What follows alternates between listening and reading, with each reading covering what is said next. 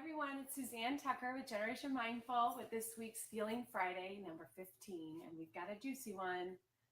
I ask for what I want and need. This will change your life as a positive, mindful, conscious parent or educator when you really embody this. And today we're going to have a lot of fun breaking down what makes asking for help and really putting words to the things we want and need difficult for us.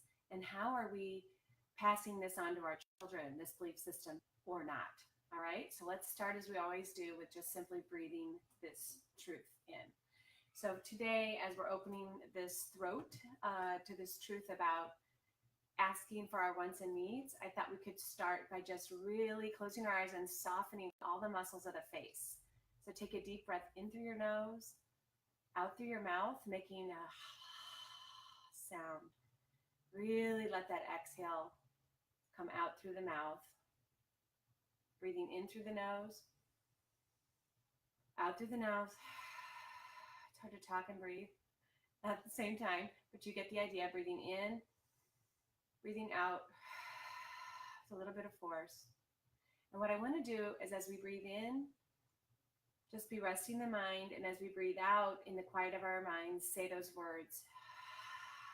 I ask for what I want and need. Again, breathe in. And as you exhale with a little bit of force, say that in your mind, I ask for what I want and need. All right.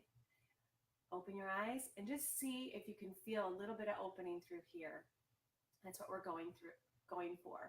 If you go ahead and do that breathing exercise again on your own, really think about softening the throat. And if you're having trouble, you can do a little tapping or stroking outward or tapping on your collarbones. So we're really looking for softening all of these muscles. Because what we do is we don't even know it, but we resist these sorts of things when our unconscious belief system that we grew up with is opposite of this thing. And how many of you out there were raised with more of a get what you get and you don't throw a fit mentality? When we hear that as a little person, be quiet. This sort of be seen, not heard. Again, get what you get and you don't throw a fit. Very different than I ask for what I want and need. So when our bodies hear this truth, which feels light and bright, but it bumps up against what we knew maybe as a child or even as an adult, we get resistance, and that's where we hold things in our bodies. So what we're doing every Friday in just 5 minutes is bringing this into our body, breaking it down, and then embodying it playfully. So this week, to break it down, I just want you to examine, what was life like when you were little? Was this, I asked for what I want and need, safe? Was that true or was it not? And in terms of what you witness with children these days, are the interactions we have with kids pulling for their wants and their needs? Now, let me give you an example of how we can balance this with being practical, okay? So let's say you've got your kid a cup out and it's red. And they're like, I don't want the red cup, I want the blue cup. And you're done. You're already like, I don't want to start something where I'm getting them 18 cups. There's a couple things you could do. You could set up a new policy, or not policy, but ritual in the morning, born out of Montessori, which is the Montessori way, empower the child. If the cups are down low, instead of you getting that cup for the child, let your child pick their cup every morning. Can you see where we can get underneath the resistance and come up with a respectful solution that doesn't involve us jumping through hoops every day? Okay, so with the I ask for what I want and need, sometimes your child's going to ask for something they want or need that you can't give them. That doesn't mean that you're doing it wrong. It means that you allow for the wanting. An example, I saw a little girl wanting a sticker after gymnastics. She wanted a very specific sticker. She wanted the bunny. She was 3, and it was a little gymnastics program, and they got stickers at the end.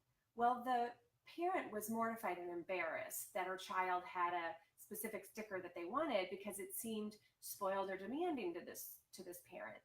And the parent wanted her child to just be happy with the one she got. So she started throwing things out there like, if you don't stop crying about it, you're not going to get another sticker.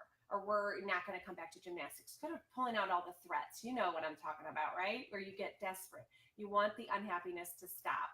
So you start threatening. And I want us to realize that when our child's expressing a want and a need, and we get triggered, we resist and dismiss and deny, we actually push them further down into that red brain.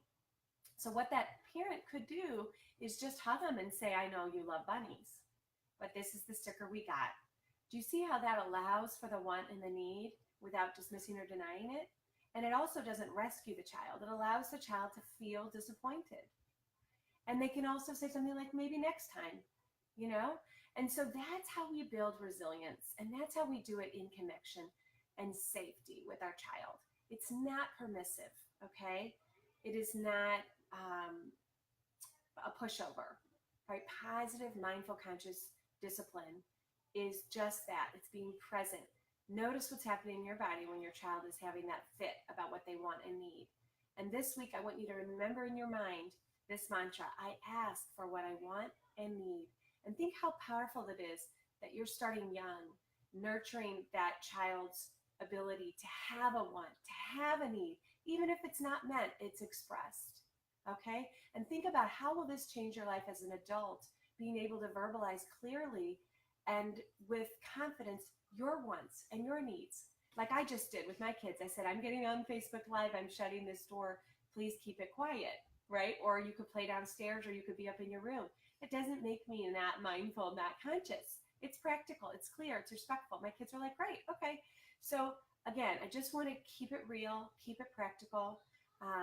Remember that it's not about being perfect. It's about being present. And I hope this helps you this week to bring more authentic feeling and sharing into your home and into your classroom. Asking for what we want and need is safe. Bye-bye, y'all.